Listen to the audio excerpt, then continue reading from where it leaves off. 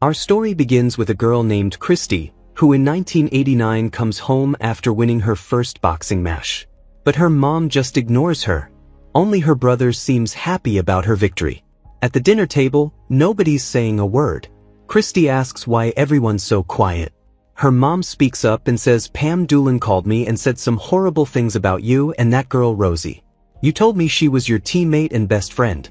But now Pam's taking her to a priest to get her straightened out, and we should probably do the same with you. And if she keeps this up, her mom and dad won't help with her rent anymore." People were talking about Christy and Rosie. That's why her parents don't want her seeing Rosie anymore. Because what she's doing isn't normal. They want a normal life for her. But Christy goes straight to Rosie anyway. Rosie tells her she has to go see the priest, or else Pam's going to cut off her allowance.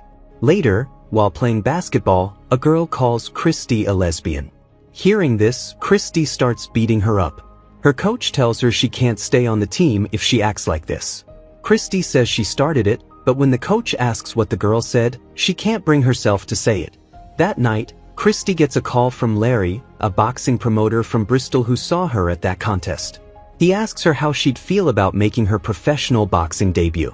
Christy tells him she's a basketball player, not a boxer. She only did that contest for fun. But when she hears there's a $500 prize, Christy shows up at the boxing tournament he mentioned. This is the first time she's fighting a professional boxer. Christy beats her with pure power alone. Afterward, they hand her the $500. Larry says, "I loved what I saw out there tonight, and I've got a trainer who wants to meet you. Why don't you come up next week and meet him?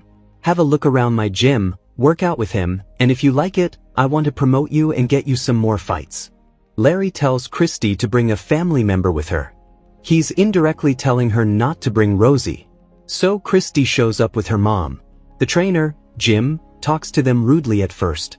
But when Larry comes over and introduces them properly, he speaks more respectfully.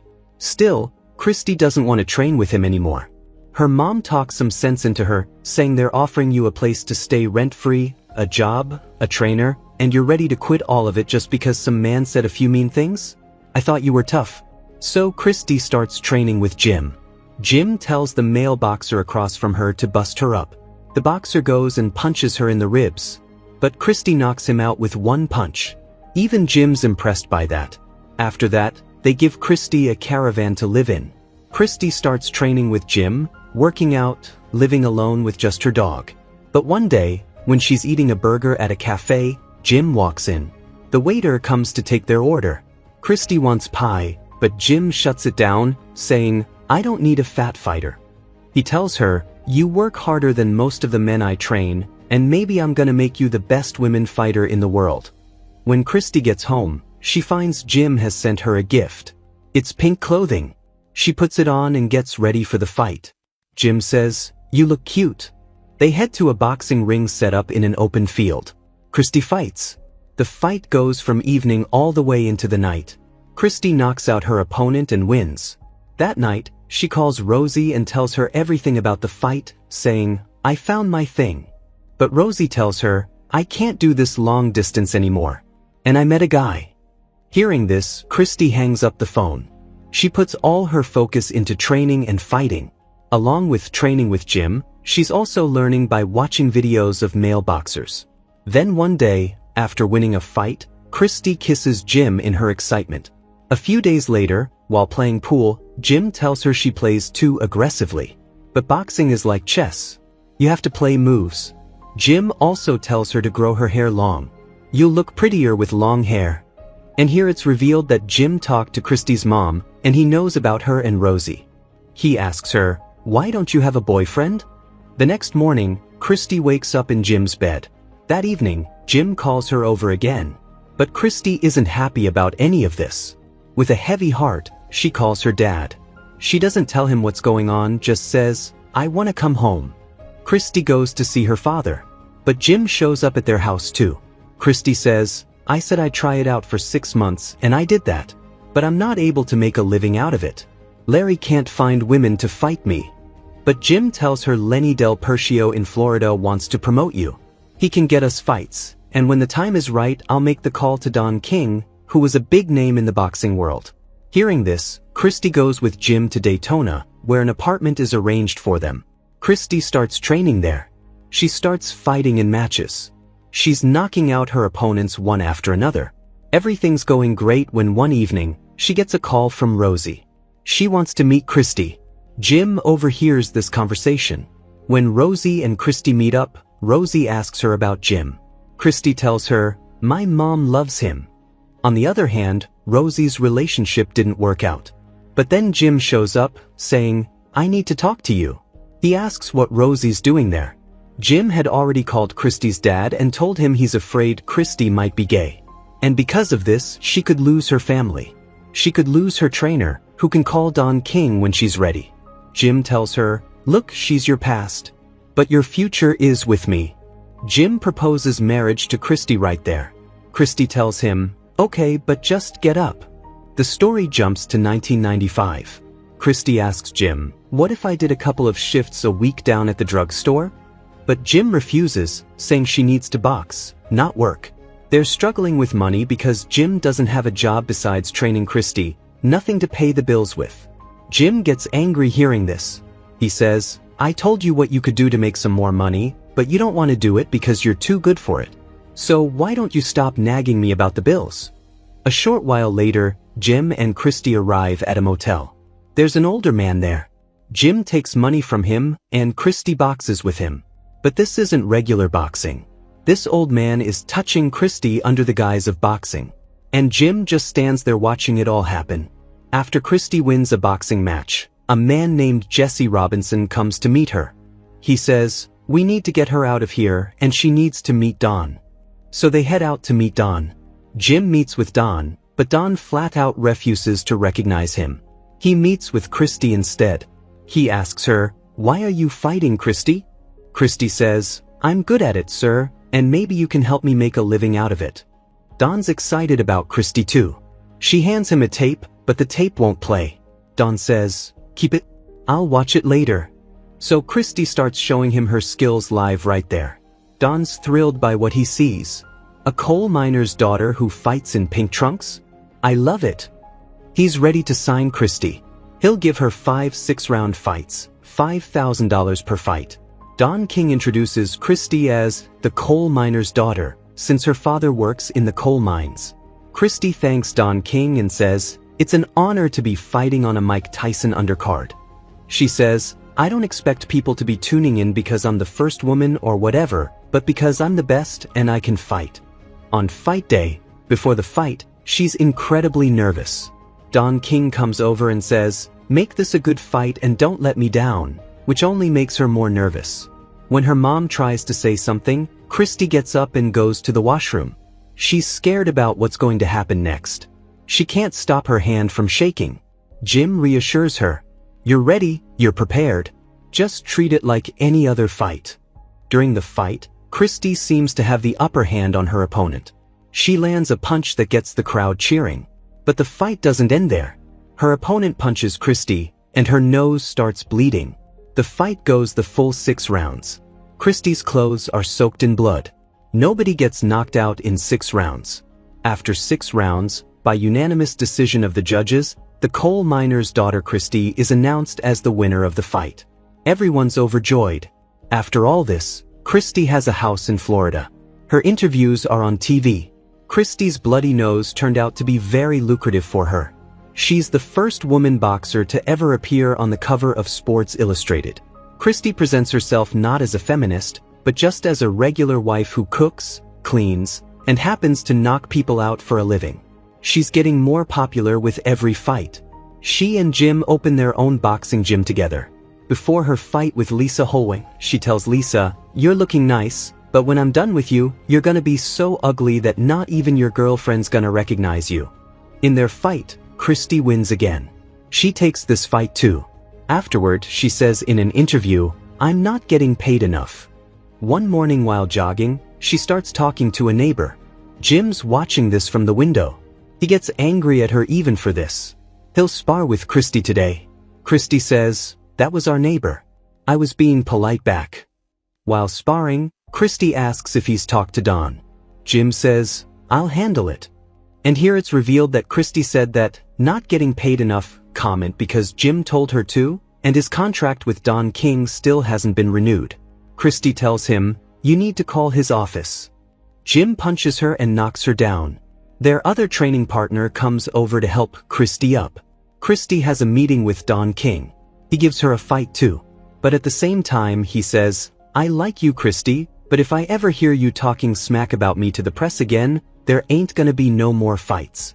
He says, "You think you make the world turn, but one day you're gonna wake up and realize that it turns just fine without you." And that's exactly what happens. In 2003, Christy's fight gets set up with Layla Ali, who's being called the new face of boxing. Christy tells Jim, "Maybe we could bring in a co-trainer who can train me with you for this fight. Take me to the next level." But Jim doesn't like this co-trainer talk. He says, "Do you want me to call off the fight? 'Cause you're not at the next level." Christy says, "We were all talking about it." Jim asks, "Who's we all?" In anger, he starts beating Christy. The next day, Christy takes out all her anger during sparring. Jim says, "You need to spar with someone better," and so he'll arrange for Lisa Holwine to spar with her. Christy's buddy Big Jeff pulls her aside. He can see the bruises on Christy. He asks her, "Are you okay?" Christy says yes. Big Jeff tells her, "Christy, if you ever need anything, I'm here." Christy says, "Yes, I know," and gets up to leave. After that, Lisa Holwine comes to spar with her because she needs the money. They spar together. They train together. But one day, when Lisa tells Jim, "I'm worried about this fight, 'cause I'm bigger than Christy, and Layla is too big for me," Jim says, "Christy can beat her if she keeps her head right and her attitude. And now is probably the time for you to leave." Jim kicks Lisa out of there. Before the weigh-in, they stuff extra weight into Christy's clothes so she can match Layla's weight category. But in reality, Christy's much lighter than her. She's getting nervous, saying she should be fighting Lucia Ridgker. But Jim says she's small time and you're big time. The fight between Layla and Christy begins. As soon as Christy takes one hard punch from Layla, she starts feeling dizzy. She tells Jim, "I'm feeling dizzy," but Jim doesn't listen to her. Because of the dizziness, Christy feels like she's on a slant. She can't fight back. She can't get her balance back. Layla's beating her down completely, and Jim isn't willing to give up. Nobody wants to see this. Layla wins the fight, and Christy's left in tears. The story jumps to 2010. While training, Christy says, "I'm not feeling great." Jim tells her he's arranging her fight with Lucia Ridgker, but he doesn't have the details yet. Just stay ready. Sometime later, Christy asks about the fight again. But Jim starts checking Christy's phone, saying, "Every time I pick up your phone, your hairstylist's been calling, and you just got a haircut." Christy says, "I got a haircut 2 months ago. Then it grew, and maybe you'd understand if you had any hair to cut." Hearing this, Jim grabs Christy by the throat. He's completely spiked. On Christy's birthday, when her parents come over, Christy pulls her mom aside to talk. She explains her situation. "Jim knows everything I do or say inside the house. He must have the whole house set up with hidden cameras. And he's angry at me all the time. He's making videotapes of us doing stuff, and I don't want to be here." Christy tells her, "I got this fight with Lucia Ridgker coming up, and I'm gonna get out of here with that money." She asks her mom for help with all this. But her mom says, "You sound crazy. Jim told me that you've been messing around with some kind of drugs." She won't listen to a word Christy says, just tells her, "Get your act together." Christy starts crying. Her life is getting worse and worse. Big Jeff comes to her again and says, "You're like family to me, and I'm worried about you." He tells Christy that Jim has been skimming money off of her fights, and he thinks he's giving it to his ex-wife or his kids. And Big Jeff knows about the videotapes too. He heard about it from the young boys at the gym. Christy says, "I gotta keep this Ridgker purse away from him." But Big Jeff tells her that fight's not happening. Jim's been lying to Christy the whole time. In anger, Christy goes to confront Jim. But Jim grabs her and throws her down right in the middle of the gym. Christy says, "I'm leaving you." But Jim tells her, "There is no Christy Martin without me." When Christy comes home to pack her bag, Jim tells her to unpack it. But Christy leaves anyway. She calls Rosie to meet her. She tells her, "I'm gonna leave Jim, and I haven't told anyone about this because I don't have anyone." Right then, Jim starts calling. Christy picks up. Jim knows she's with Rosie right now. He can see them. So Christy and Rosie go to a hotel. But Christy can't even sleep there. She gets up and goes outside. She watches the sun rise. But when Christy comes back inside, her phone's filled with messages. Big Jeff tells her Jim sent her picture everywhere. He's telling everyone that Christy's leaving him for a woman. Rosie says, "Come with me. I'll call my friend Sharon who's a lawyer." But Christy says, "I'm going back home. I'm not going to run away and hide. That's my house, my things, and my gym. I'm not gonna let him push me out." Christy sits on Rosie's lap. Rosie doesn't know why she's doing this, but she makes her memorize her phone number. Christy goes back home. When she sees Jim, she says, "My head hurts, so I'll talk to you after I take a nap." That night, the sound of the television wakes her up. She immediately calls Rosie and tells her everything. But Jim walks in. Seeing the look in Jim's eyes, Christy hangs up the phone. Jim attacks her with a knife. He stabs her multiple times. Christy's screaming in pain. Jim pulls the battery out of her phone and everything else. He even breaks the landline phone in the house. Christy's writhing in pain, and Jim sits down with shaving cream on his face. He pulls a gun from the drawer and shoots Christy. But by some miracle, Christy doesn't die. She gathers the courage to stand up. Jim's in the shower, so he doesn't realize anything. Christy grabs the car keys and gets outside. But she accidentally took Jim's car keys, and Jim's car is parked behind Christy's car. In this condition, Christy makes it to the middle of the road, where she gets a ride from someone and goes to the hospital. She remembers Rosie's number, so she gives it to the nurse. Shortly after Rosie arrives, Christy's family shows up at the hospital. But her mom's not happy to see Rosie there. She takes her outside and tells her, "You need to leave. Christy doesn't know what she wants, and you are the reason this is happening." As soon as Christy wakes up, she asks about Rosie. The police had arrested Jim, or else Christy's father would have killed him himself. Her mom says, "Everyone is saying that you're gonna leave Jim for a woman, and now you need to say that you were with a different Rosie, who's just a friend." Hearing this, Christy says, "You might as well have pulled the trigger yourself." She says, "I tried so hard to be the daughter you wanted me to be. But look where I am, Mama." Christy spends some time recovering in the hospital. The doctor told her to walk with a walker, so she starts using it to walk around. And this is where Lisa comes to visit her. Lisa asks, "Who is Rosie?" Both of them start laughing. Christy knows that people are gonna tear her apart, since she spent half her career trash-talking the women she fought. Now people are gonna laugh at my face. But Lisa tells her, "Maybe they won't. You're just expecting the worst from everyone." Christy says, "I want to fight again. I want the ring back. In there, I'm calm. Everywhere else is chaos, but in there it's quiet, and I want it without him." Lisa wishes her good luck, and right there, something happens between them in that moment. Sometime later, Christy goes back to her gym. One of her buddies apologizes to her because he was never able to stand up for her. Everyone shares a big hug. Christy convinces everyone that she needs to get back in the ring and fight as soon as possible. Training hurts, but she doesn't stop. She also gives her statement in court against Jim. She tells Jim, "Look at me. You stabbed me, shot me, left me on the floor to die. But you came up short." Jim Martin is sentenced to 25 years in prison without parole for second-degree attempted murder. And Christy is now a boxing promoter and an advocate for victims of domestic violence.